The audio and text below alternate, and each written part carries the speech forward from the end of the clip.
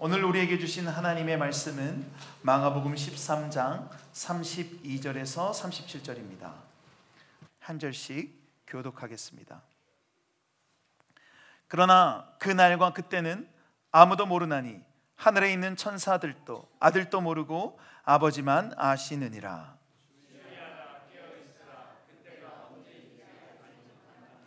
가령 사람이 집을 떠나 타국으로 갈 때 그 종들에게 권한을 주어 각각 사물을 맡기며 문지기에게 깨어 있으라 명함과 같으니,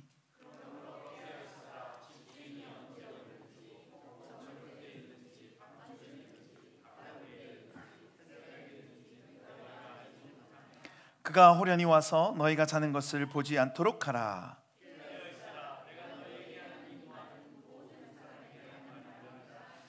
아멘. 우리 앉으시면서 은혜를 사모합시다. 은혜를 사모합시다. 여러분, 더운 여름날 잘 보내고 계신가요? 네, 어제 한 오후 5시쯤 됐던 것 같습니다. 교회에서 이렇게 설교를 준비하고 있었는데 갑자기 아내한테 전화가 왔어요. 첫 마디가 이렇습니다. 큰일 났다. 어떡하지? 깜짝 놀라서 무슨 일이냐고 물었는데 애들이 사고를 쳤대요. 그래서 순간적으로 지난주 저희 첫째가 조금 고열로 고생을 했었는데요. 그래서 그런지 애들이 놀다가 다쳤나, 또 뭔가를 고장냈나, 지난번에 벽에 막 칠을 다 해가지고 벽에 막 심하게 낙서를 하는 그런 또 사고를 쳤나, 뭐 이런 생각들이 들었습니다. 들어보니까 다행히 그런 일들은 없었고요. 아내가 1층에서 셋째를 보고 있는 사이에 첫째와 둘째가 2층에서 미용실 놀이를 한 거예요. 무슨 말입니까? 서로 머리를 다 잘라준 거죠. 그래서 가보니까 첫째가 계단에서 이렇게 제가 첫째를 마주했는데 자기 머리를 한 움큼 손에 이렇게 들고 있고, 그 방은 온통 머리카락이었고, 둘째 머리는 제가 골프는 치지 않지만 골프장에 있는 벙커처럼 군데군데 하얗게 다 파여 있었습니다. 사정을 들어보니 첫째 딸이 처음에 인형을 가지고 머리를 이렇게 잘라주던 거예요. 근데 옆에 보니까 인형보다 더 재밌을 것 같은 자기 동생이 있는 거죠. 저희 집 딸이 자기 손톱이나 발톱을 칠하다가 동생도 칠해주거든요. 그래서 지금 동생 발톱도 파란색입니다. 참 동생 하는 게 쉽지 않죠. 이번에는 자기가 헤어 디자이너가 되어서 동생 머리를 신나게 자른 거고, 동생도 칠 수 없다, 누나 머리를 같이 막 자른 거예요.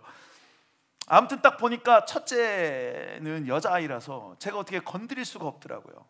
그래서 일단 묶으면 좀 티가 덜 나겠지 하고 놔뒀는데, 둘째는 도저히 그냥 들 수가 없어서 어떻게 했을까요? 아마 보신 분도 계시겠지만 그냥 다 밀어버렸습니다. 그래서 지금 우리 교회에 유일하게 절에 다닐 것 같은 한 아이가 있는데, 아니면 뭐 머리 자른 김에 그냥 그대로 군대를 보내면 좀 철이 들까 싶기도 하지만 아직 3살이라서 그럴 수는 없고, 아무튼 이렇게 아이들을 키울 때는 정말 한순간도 방심할 수가 없는 것 같습니다. 늘 깨어 있어야 한다는 것이죠. 함께 읽은 본문에서도 예수님은 계속해서 깨어 있으라, 깨어 있으라 라고 말씀하십니다. 왜냐하면 마지막 날이 종말의 때가 오기 때문에 깨어 있으라 라는 것이죠. 지난주까지만 해도요, 성전의 종말, 성전의 파괴에 대해서 말씀하셨습니다. 저 대단해 보이고 절대로 무너지지 않을 영원해 보이는 성전이 돌 위에 돌 하나도 남겨지지 않을 정도로 다 무너질 것이다. 그러나 말씀이 육신이 되신 예수로 세워진 성전, 완전히 새로워진 성전은 망하지 않는다. 그래서 31절이 이렇게 끝났죠. 천지는 없어지겠으나 내 말은 없어지지 아니하리라. 그래서 성령이 거하는 성전이 된 우리도 역시 우리 안에 말씀으로 가득 차 있다면 영원히 망하지 않을 성전이라는 것을 살펴봤었습니다. 이제 오늘 본문은 이 성전 이야기의 마지막 단락으로 성전의 파괴, 성전의 종말에서 이제 전 우주적 종말을 말씀하시는데, 32절을 한번 같이 한번 읽어볼까요? 시작. 그러나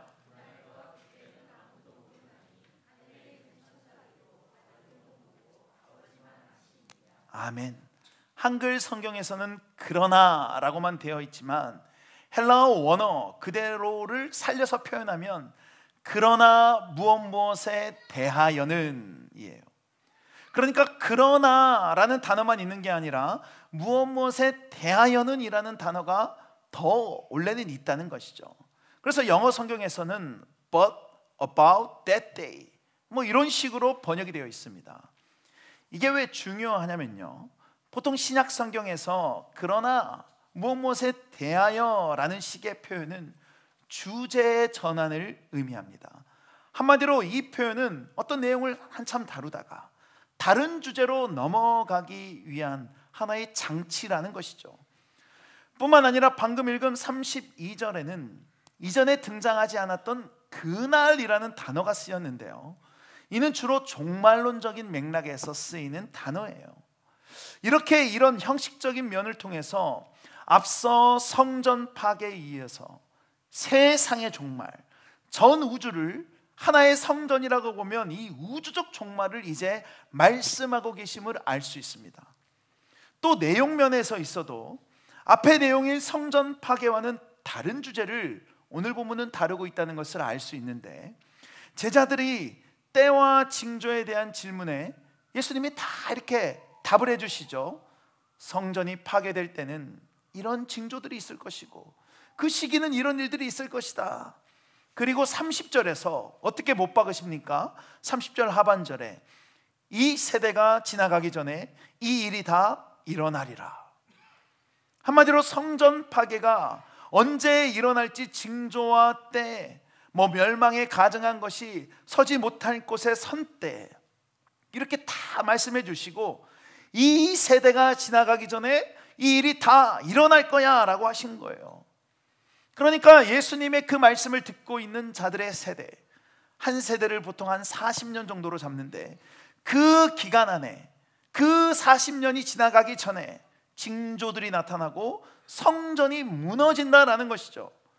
그렇게 분명히 말씀해 주셨는데 32절로 갑자기 넘어가자 뭐라고 하세요?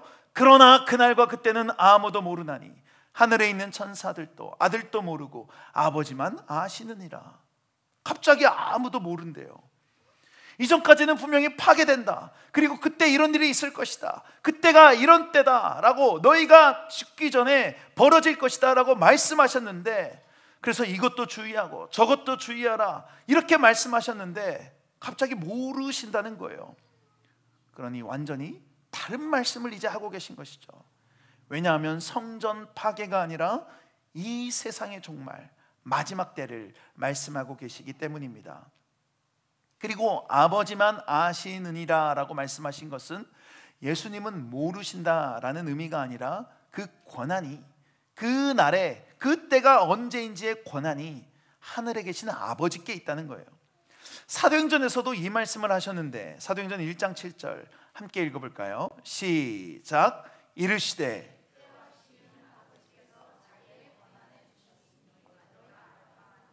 아멘.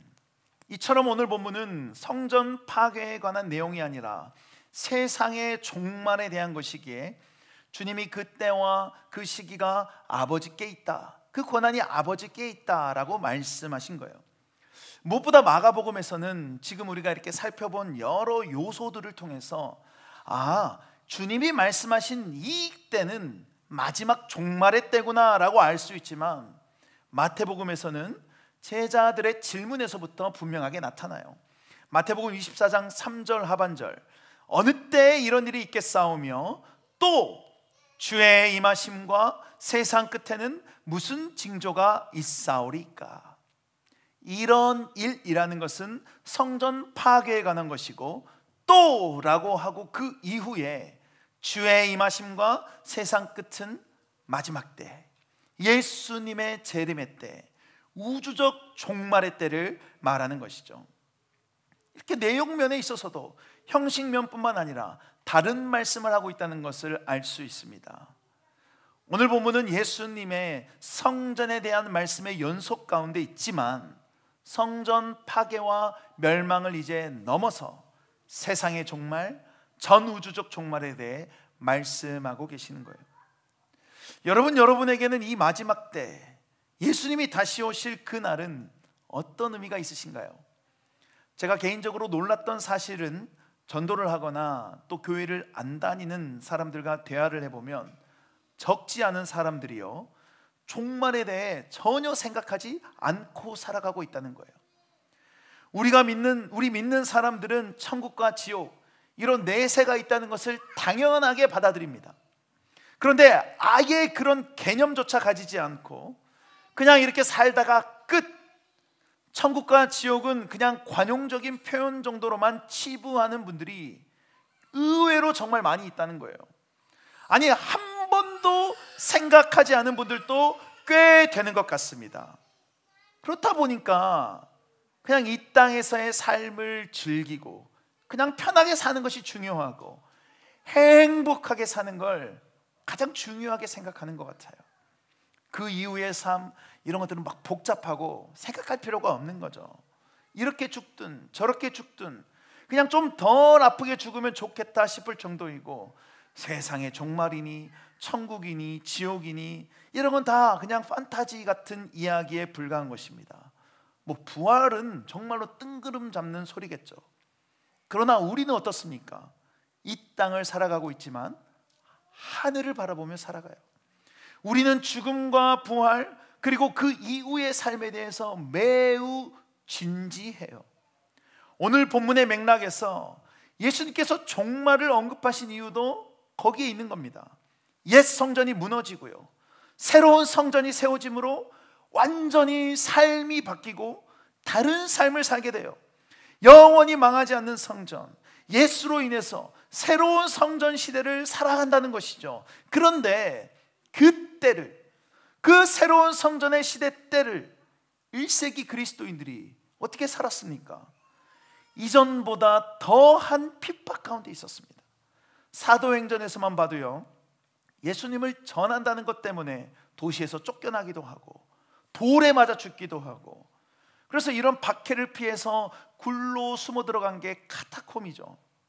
따라서 옛 성전의 무너짐과 동시에 새로운 성전 시대를 살아간다는 것은 그냥 헌 건물을 무너뜨리고 새 건물에서, 새 집에서 살아가는 정도가 아니라 이미 구원을 받았지만 아직 기다려야 하는 이 사이를 살아간다는 겁니다. 그런 점에서 예수님께서 성전 파괴 다음으로 이 종말의 때를 말씀하시는 것은 그 이미와 아직 사이의 간극에서 살아가는 신자들이 어떻게 살아가야 하는지, 무엇을 바라보고 살아가야 하는지를 말씀해 주시는 매우 중요한 진리인 거예요. 이것은 비단 당시 이 말씀을 듣고 있던 제자들에게만 해당되는 이야기가 아닙니다. 우리도 역시 각자가 예전에는 옛 성전을 중심으로 막 살아왔어요. 이전까지는 진리가 무엇인지 모르고 크고 장엄한 것들만 쫓으며 살아왔습니다.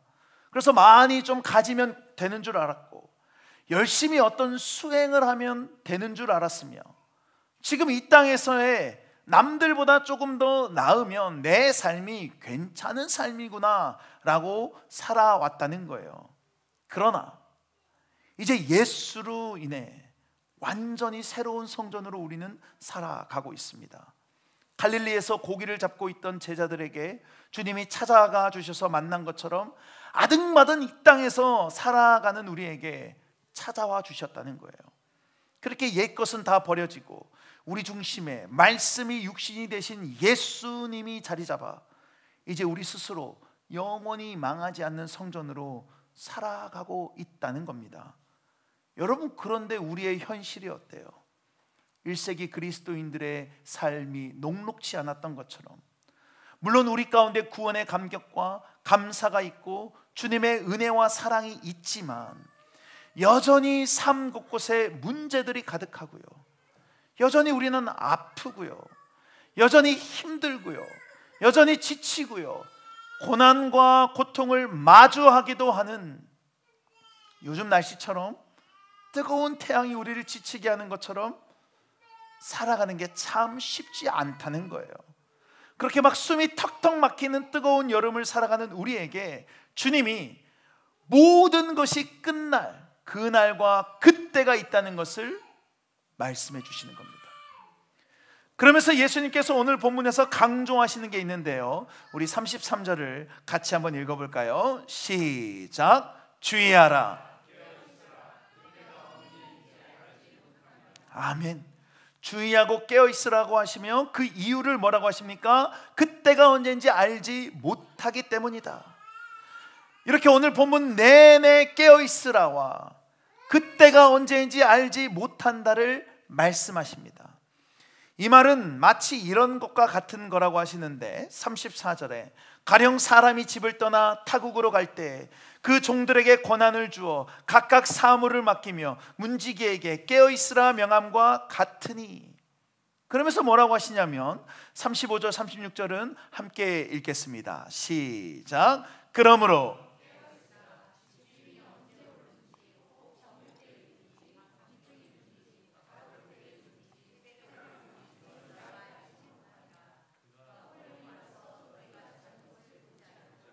아멘. 주인이 할 일들을 말하고 깨어 있으라라고 명했기 때문에, 그러므로 깨어 있으라. 왜요? 그 주인이 언제 올지 모르기 때문이죠. 그게 저물 때일지 밤중일지 다구는 새벽일지 모르니까요. 여러분, 이 때가 다 언제를 말하는 겁니까? 누군가 올 일이 거의 없는 시간, 미리 예상하기 어려운 때를 의미하는 거예요. 당시뿐만 아니라 지금도 역시 이 시간들은 경계가 가장 느슨해지고 취약한 시간들입니다. 그래서 현대의 전쟁에서도 늘 늦은 밤이나 새벽에 기습적으로 공격을 하지, 벌건 대낮에 다 깨어있는 그때, 누구나 다 할 수 있는 그때 공격하지 않아요. 한마디로 무엇을 말씀하고 있는 거예요? 늘 깨어있어야 된다. 그렇다면 여러분, 종들의 입장에서는 왜 깨어있지 못한 겁니까? 전쟁의 상황에 비유하면 왜 경계가 느슨해지고요, 왜 방심하게 될까요? 안 올 줄 알기 때문이에요. 적들이나 주인을 의식하지 않고 그냥 별로 안중에 없기 때문이죠. 저도 그런 경험을 한 적이 있는데, 장교들은 주기적으로 당직이란 걸 섭니다. 제 기억으로는 한 10일에 한 번 정도 이렇게 당직 근무, 밤샘 근무죠. 그렇게 밤샘 근무를 해야 하기 때문에 낮에는 좀 쉬었다가 밤에 출근해라 이러지 않아요. 낮에는 낮에 하는 업무대로 다 하고, 그리고 이어서 밤에 밤샘 근무를 하는 거죠. 그러니까 지휘관을 대신해서 밤에 대신 지휘관 역할을 하는 겁니다. 그런데 제가 있던 부대의 낮 일과는 오전 내내 체력 단련, 오후에는 산악구보, 산 뛰어다니는 거죠. 그리고 대부분의 일과가 이렇게 오전 오후로 체력을 단련하고 산을 뛰고 이런 거고, 가끔 사격하고, 가끔 전술 훈련하고 그래요. 그 체력 단련은 그렇게 체력을 단련해도 늘 피곤하죠.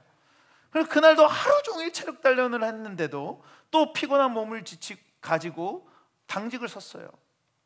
근데 그날따라 너무너무 피곤한 겁니다. 그래서 지휘 통제실이라고 하는데, 거기 의자에 앉아서 잠들었어요.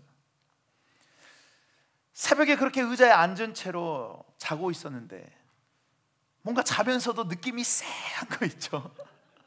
눈을 딱 떠보니까 제 상급 부대 당직 사령이, 그때 제가 계급이 중위였는데 그분은 소령인가 중령인가 그랬어요.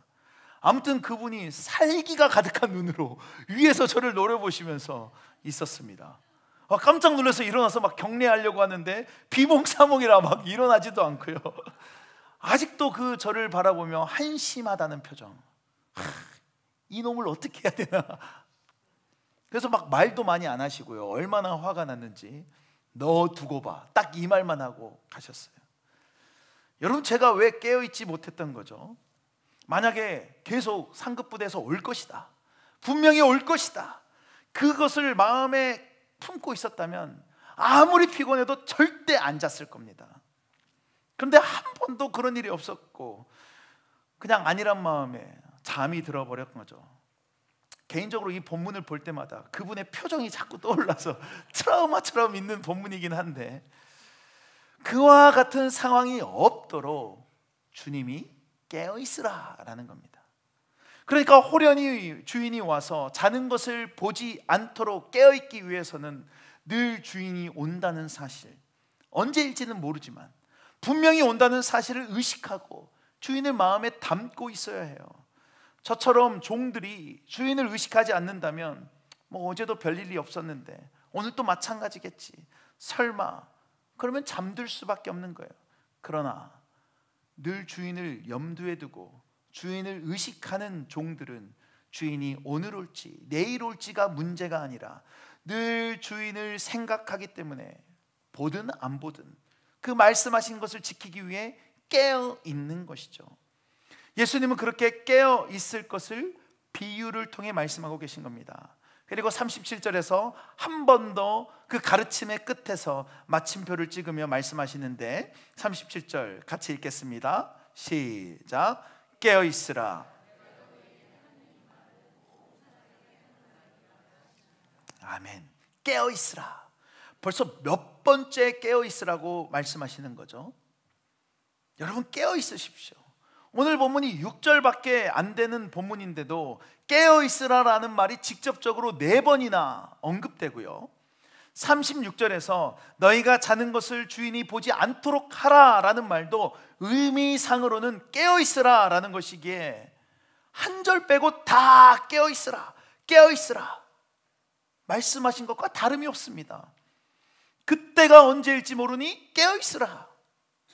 그런데 여러분, 이 말은 곧 무엇을 의미합니까? 깨어 있으라, 그날과 그때가 언제일지 모르니 깨어 있으라라는 것을 이토록 반복해서 말씀하신 이유가 무엇이죠? 무엇을 전제하고 있는 겁니까? 주인이 분명히 온다. 그 우주적 종말, 마지막 때가 분명히 있을 것이다 라는 거예요. 그냥 자지 말고 깨어 있으라가 아니라 반드시 그날이 올 것이기에, 그러니까 꼭 깨어 있으라 라는 겁니다. 앞에 것이 중요한 것이죠. 즉 오늘 본문은 표면적으로는 마지막 때가 언제인지 모르니 깨어 있으라 라는 가르침을 반복하는 것처럼 보이지만 그 이면에는 그날이 분명히 있을 것이다, 그날이 분명히 온다라는 사실을 강조하고 말씀하고 있다는 거예요. 옛 성전이 파괴되고 새로운 성전이 세워지듯이 이 세상이 다 무너지고 예수 그리스도의 다시 오심으로 인해 완전히 새로워지는 그 날이, 그 때가 반드시 있을 거라는 말입니다. 그래서 요한계시록 21장 1절에서도 뭐라고 합니까? 또 내가 새 하늘과 새 땅을 보니 처음 하늘과 처음 땅이 없어졌고 바다도 다시 있지 않더라. 새 하늘, 처음 것들은 다 없어지고 새 하늘과 새 땅이 있을 것이다. 그리고 21장 내내 이 새 하늘과 새 땅에 대해, 새로운 세상에 대해 말씀하세요. 그리고 계시록 마지막이 이렇게 끝나는데 22장 20절 21절 같이 읽겠습니다. 시작. 이것들을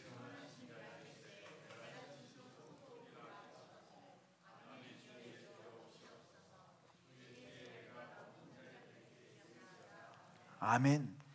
여러분, 옛 성전의 삶을 버리고 예수로 인한 새로운 성전, 영원히 망하지 않을 성전으로 살아가고 있는 우리에게 완전히 모든 것이 새로워질 새 하늘과 새 땅, 그때, 그 마지막 때는 언젠가는 반드시 올 것입니다.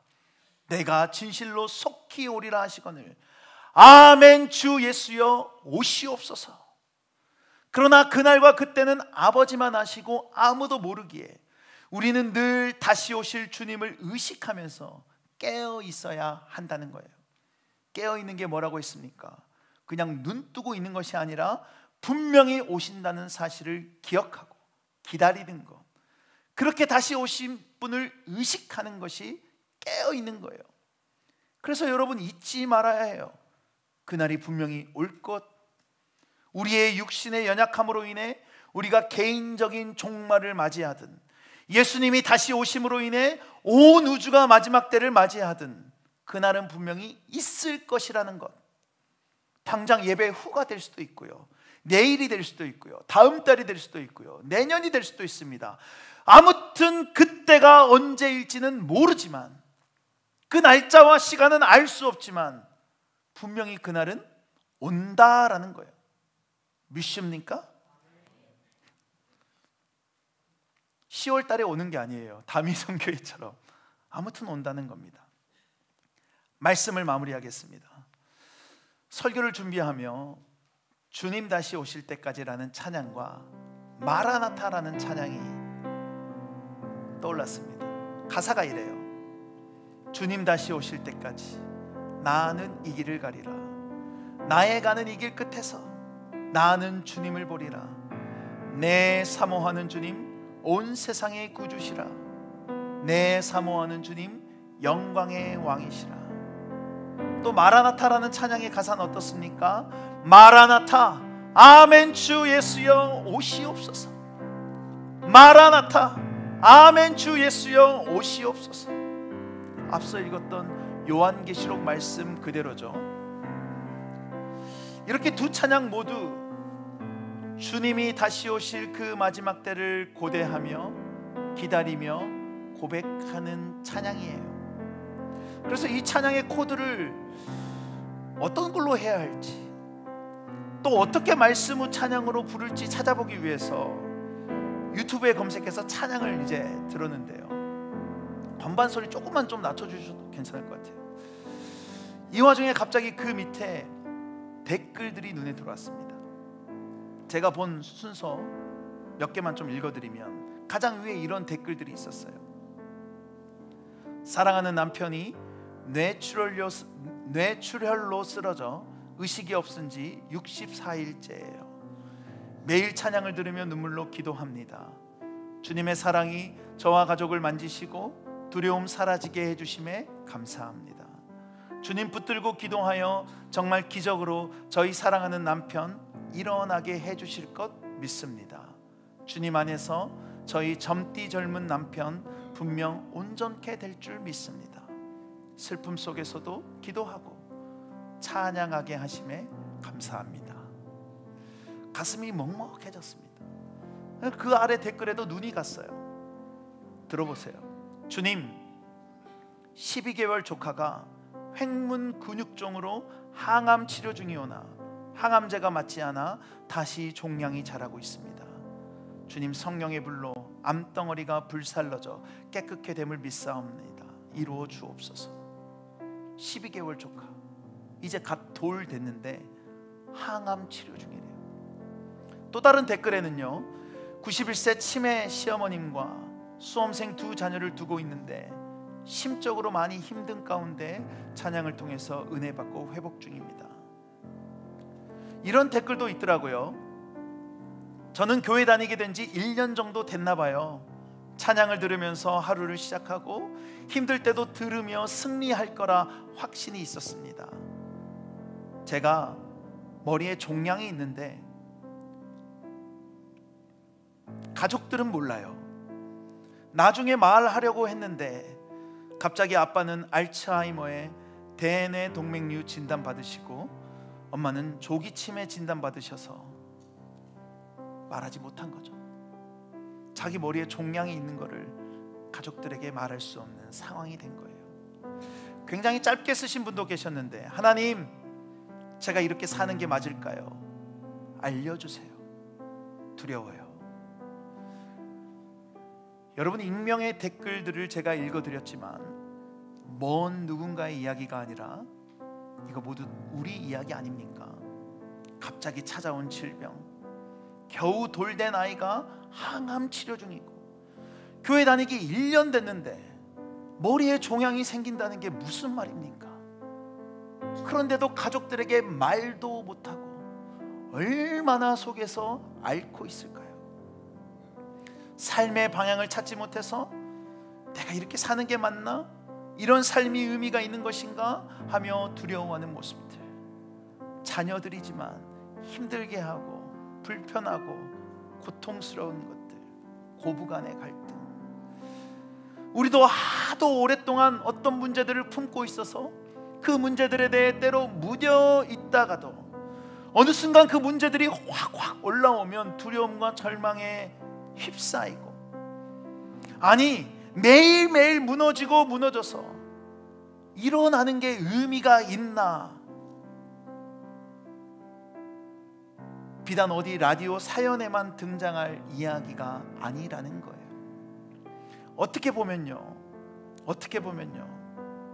안 믿는 사람이 가는 곳이 지옥이 아니라 지금 우리가 살아가는 이 세상이 정말 지옥 같은 모습처럼 보이기도 합니다. 아픔과 슬픔, 고통과 절망, 이런 칠흑 같은 어두운 터널 속에 삶을 하루하루 겨우 연명하고 있는 우리에게 빛과 같은 주님이 말씀하시는 거예요. 내가 분명히 다시 온다. 온 세상의 구주이신 영광의 왕이신 내가 너희를 위해 반드시 다시 온다. 여러분, 그날이 어떤 날입니까? 이사야 11장에 그때 이리가 어린 양과 함께 살며 표범이 어린 염소와 함께 누우며 송아지와 어린 사자와 살찐 짐승이 함께 있어 어린아이에게 끌리며 암소와 곰이 함께 먹으며 그것들의 새끼가 함께 엎드리며 사자가 소처럼 풀을 먹을 것이며 젖먹는 아이가 독사의 구멍에서 장난하며 젖된 어린아이가 독사의 굴에 손을 넣을 것이라. 완전히 지금과는 뒤바뀐 세상이에요. 모든 불공정이 공정이 되고 사라진 정의가 찾아지고 아픔이 사라지고 우리가 생각하는 그 삶 그대로 바뀌는 날이 온다는 거예요. 9절, 내 거룩한 산 모든 곳에서 해됨도 없고 상함도 없을 것이니 이는 물이 바다를 덮음같이 여호와를 아는 지식이 세상에 충만할 것임이니라. 주님이 다시 오시는 그날에는 이 온 세상이 거룩한 산이 되어서 그 어떤 곳에도 모든 곳에도 해됨이 없어요. 상함도 없어요. 그리고 오직 물이 바다를 덮음같이 여호와를 아는 지식만 가득해서 평강의 나라, 새 하늘과 새 땅이 펼쳐진다는 겁니다. 그러니 여러분, 힘들지만, 아니 힘들다는 표현 정도로 부족한 이 땅에서의 괴로운 삶이지만 우리 소망을 가지고 깨어서 주님을 기다립시다. 그 날에는 지금 우리가 겪는 이 모든 해됨과 상함이 없다잖아요. 그 날에는 아픈 사람도 없대요. 그 날에는 어려움도 없대요. 그 날에는 우리 혼자 울지 않아도 괜찮대요. 그러니 다시 오실 주님을 마음에 품고 좀 견뎌보면 어떨까요? 데살로니가전서 5장 1절과 2절에서도 형제들아, 때와 시기에 관하여는 너에게 쓸 것이 없음은 주의 날이 밤에 도둑같이 이를 줄을 너희 자신이 자세히 알기 때문이라. 혹시 밤에 도둑같이 주님의 날이 올까봐 염려되고 여러 가지 두려워서 좀 더디 오기를 원하시는 분들이 계십니까? 걱정하지 말고 들어보십시오. 데살로니가전서 5장 4절에서 6절. 그러나 형제자매 여러분 어둠 속에 있지 아니하므로 그 날이 여러분에게 도둑과 같이 덮치지는 않을 것입니다. 여러분은 모두 빛의 자녀요 낮의 자녀입니다. 우리는 밤이나 어둠에 속한 사람이 아닙니다. 그러므로 우리는 다른 사람들처럼 잠자지 말고 깨어있으며 정신을 차립시다. 이렇게 주님이 오실 그 날은 우리에게 소망이 되는 날이고 기대가 되는 날입니다. 아프면 아플수록, 괴로우면 괴로울수록 그 날이 오는 것이 기쁨이고 그 날이 있기에 하루를 살아갈 수 있다는 거예요. 손써볼 수 없는 우리의 가정과 어떻게 해볼 수 없는 우리의 문제들과 답이 안 보이는 상황들이 있어도 괜찮습니다. 그 날이 있을 거니까요. 평강의 왕이신 우리 주님이 반드시 다시 오실 것이고 그때에는 지금 우리가 겪는 모든 아픔과 해됨과 상함이 없을 거라는 이 소망을 마음에 깊이 새기고 다른 사람들처럼 잠자지 않고 깨어 정신을 차리는 저와 여러분 모두가 되기를 간절히 축원합니다. 우리 말씀을 기억하며 다 함께 일어나서 찬양하시겠습니다.